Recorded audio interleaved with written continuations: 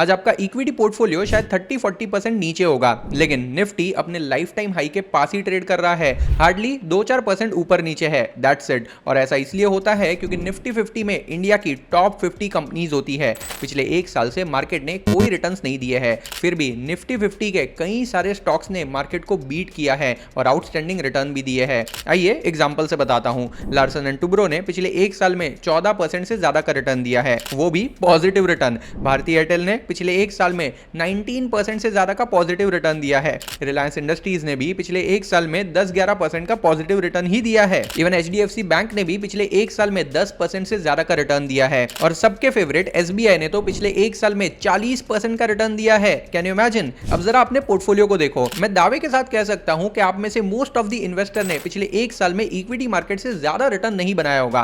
कई लोगों के पोर्टफोलियोज तो 20-30% लॉस में होंगे। और ऐसा क्यों हुआ पता है? क्योंकि हम हाई रिस्क वाले स्मॉल और मिड कैप स्टॉक में इन्वेस्ट करते हैं, प्रॉपर डाइवर्सिफिकेशन नहीं करते हैं। जब मार्केट में तेजी होती है ना, तब तो ये स्टॉक बहुत अच्छा रिटर्न दे देते हैं, बहुत अच्छा परफॉर्म कर लेते हैं। लेकिन जैसे ही मार्केट में कोई करेक्शन आता है या फिर कंसोलिडेशन का फेज आता है, तब यही स्टॉक सबसे पहले गिरने लगते हैं। और कई स्टॉक्स तो गिरते नहीं है, क्रैश हो जाते हैं। अपने लाइफ टाइम हाई से 50-60% तक क्रैश हो जाते हैं। और पेनी स्टॉक्स तो बाप रे, बात ही मत पूछो यार, कई कंपनियां तो बंद भी हो जाती है। ये न्यूज रीड करो, करीब 13 पेनी स्टॉक ने सिर्फ एक महीने में 50% तक का क्रैश दिखाया है। Can you imagine? सिर्फ एक महीने में 50% क्रैश हो गए। यानी अगर किसी ने 2 लाख रुपए पेनी स्टॉक में डाले, एक महीने में वो 1 लाख हो गए। वाओ, इतना बड़ा लॉस, इतना बड़ा क्रैश क्यों? क्योंकि प्रॉपर डाइवर्सिफिकेशन नहीं हुआ। देखो, मोरल ऑफ द स्टोरी यही है कि स्मॉल कैप और mid cap stock high risk के साथ हाई रिटर्न वाला गेम खेलते हैं, जबकि large cap and specifically India के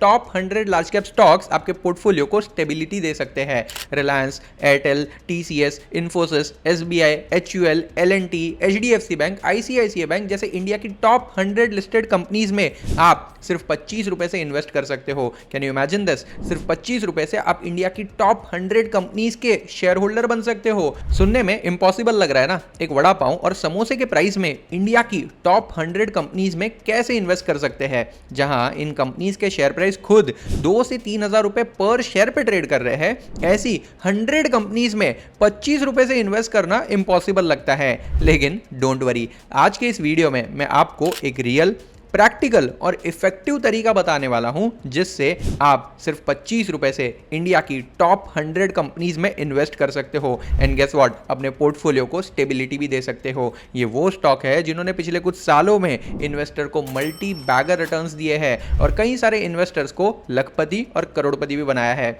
यानी ये अपॉर्चुनिटी मिस करने वाली तो बिल्कुल नहीं है। वीडियो को एंड तक देखना, सब कुछ समझ में आ जाएगा। देखो, इंडिया में ना 6000 से ज्यादा लिस्टेड कंपनीज है। 100 लार्ज कैप स्टॉक है, 150 मिड कैप स्टॉक है, 250 स्मॉल कैप स्टॉक है और बाकी के कुछ माइक्रो और पेनी स्टॉक है। लेकिन ज्यादातर रिटेल इन्वेस्टर के पास ट्रेडिंग और इन्वेस्टिंग के लिए लिमिटेड कैपिटल होता है, जिससे वो 10-15 या ज्यादा से ज्यादा 20-25 स्टॉक में ही पैसे इन्वेस्ट कर पाते हैं। जब तक वो स्टॉक अच्छा चल रहे होते हैं तब तक तो कोई प्रॉब्लम नहीं है, लेकिन जब मार्केट में कोई करेक्शन आता है या कंसोलिडेशन आता है ना, आपका पोर्टफोलियो 40-50% लॉस में चला जाता है। लेकिन एक चीज नोट करना, निफ्टी 50 कभी इतना नहीं गिरता है। क्यों पता है? क्योंकि निफ्टी 50 ब्रॉडर मार्केट इंडेक्स है और इसमें सिर्फ वही कंपनीज को इंक्लूड किया जाता है जो इंडिया की टॉप 50 कंपनीज होती है। जाहिर सी बात है कि इन कंपनीज में मार्केट लीडर बनने की कैपेबिलिटी होती है और मार्केट को सपोर्ट करने की कैपेसिटी भी होती है। इसीलिए ज्यादातर एचएनआई क्लाइंट्स इंडेक्स फंड में इन्वेस्ट करना प्रेफर करते हैं। इन फंड्स का एक्सपेंस रेशियो भी लो होता है और परफॉर्मेंस इंडेक्स को ऑलमोस्ट रेप्लिकेट करती है। For example, axis Nifty 100 index fund को ही देख लो।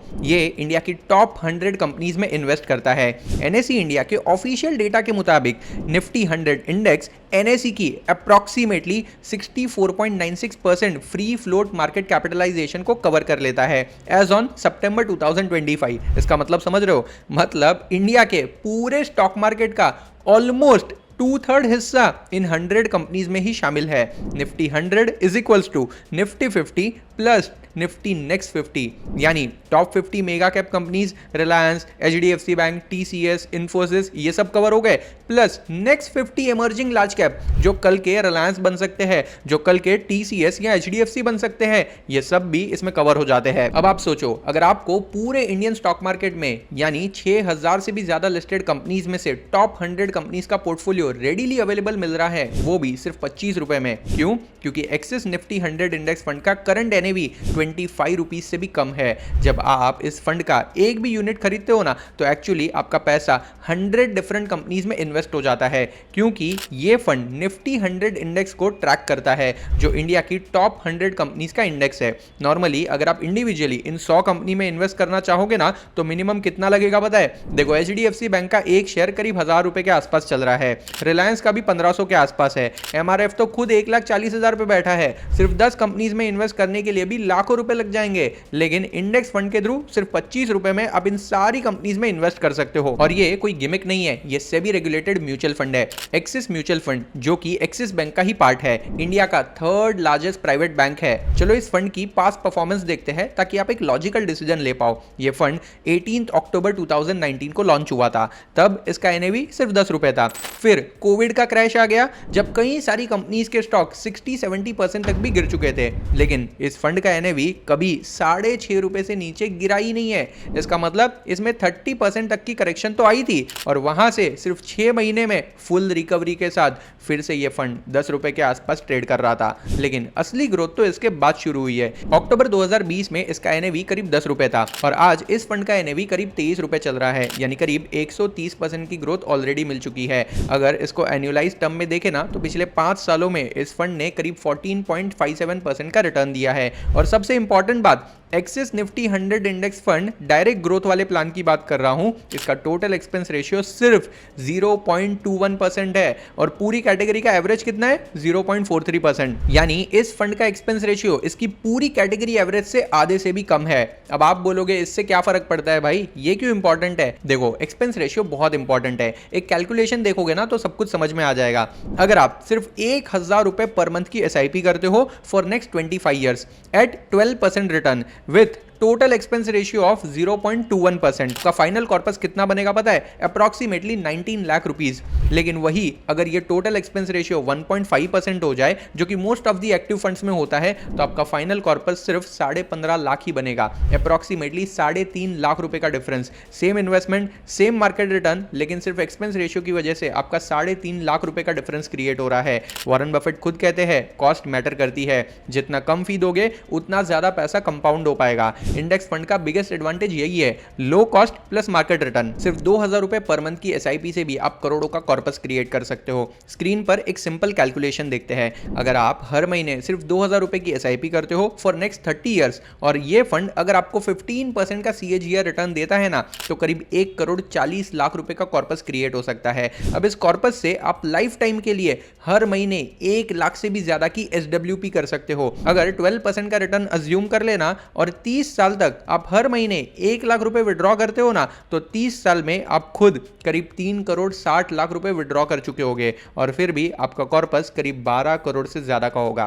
That's the power of compounding. लेकिन ये पावर तभी चलेगी जब आप एक सही फंड में इन्वेस्ट करोगे, वो फंड जो आपको स्टेबिलिटी दे। और अगर आप स्टेप अप एसआईपी करते हो, यानी सेम 2000 रुपए की एसआईपी को हर साल सिर्फ 10% से इंक्रीज करते जाते हो, तो सेम टाइम पीरियड में आपका कॉर्पस करीब 3 करोड़ रुपए बन सकता है, और आप हर महीने करीब 3 लाख रुपए विड्रॉ कर सकते हो फ्यूचर में, जब आपका रिटायरमेंट कॉर्पस रेडी हो जाएगा। इस फंड में इन्वेस्ट करने की प्रोसेस बिल्कुल सिंपल है। आप जो भी ब्रोकिंग ऐप यूज करते हो, एंजल वन, जीरोदा या अपस्टॉक, उनके म्यूचुअल फंड सेक्शन में चले जाओ, axis Nifty 100 index fund search करो और इन्वेस्टमेंट स्टार्ट कर दो। आपको चाहिए तो लमसम पैसे भी इन्वेस्ट कर सकते हो, और अगर आपको चाहिए तो आप एसआईपी भी स्टार्ट कर सकते हो। लेकिन एक मिनट, मैं आपको सिर्फ पॉजिटिव नहीं बताऊंगा, रिस्क भी समझा दूंगा, क्योंकि किसी भी इन्वेस्टमेंट में रिस्क इन्वॉल्व होता है। Risk number 1, market risk. Stock market volatile है, शॉर्ट टर्म में 20-30% का फॉल भी आ सकता है। 2008 ग्लोबल फाइनेंशियल क्राइसिस में निफ्टी 50% से भी ज्यादा गिर चुका था और 2020 के कोविड क्रैश में भी करीब 30% का फॉल आया था।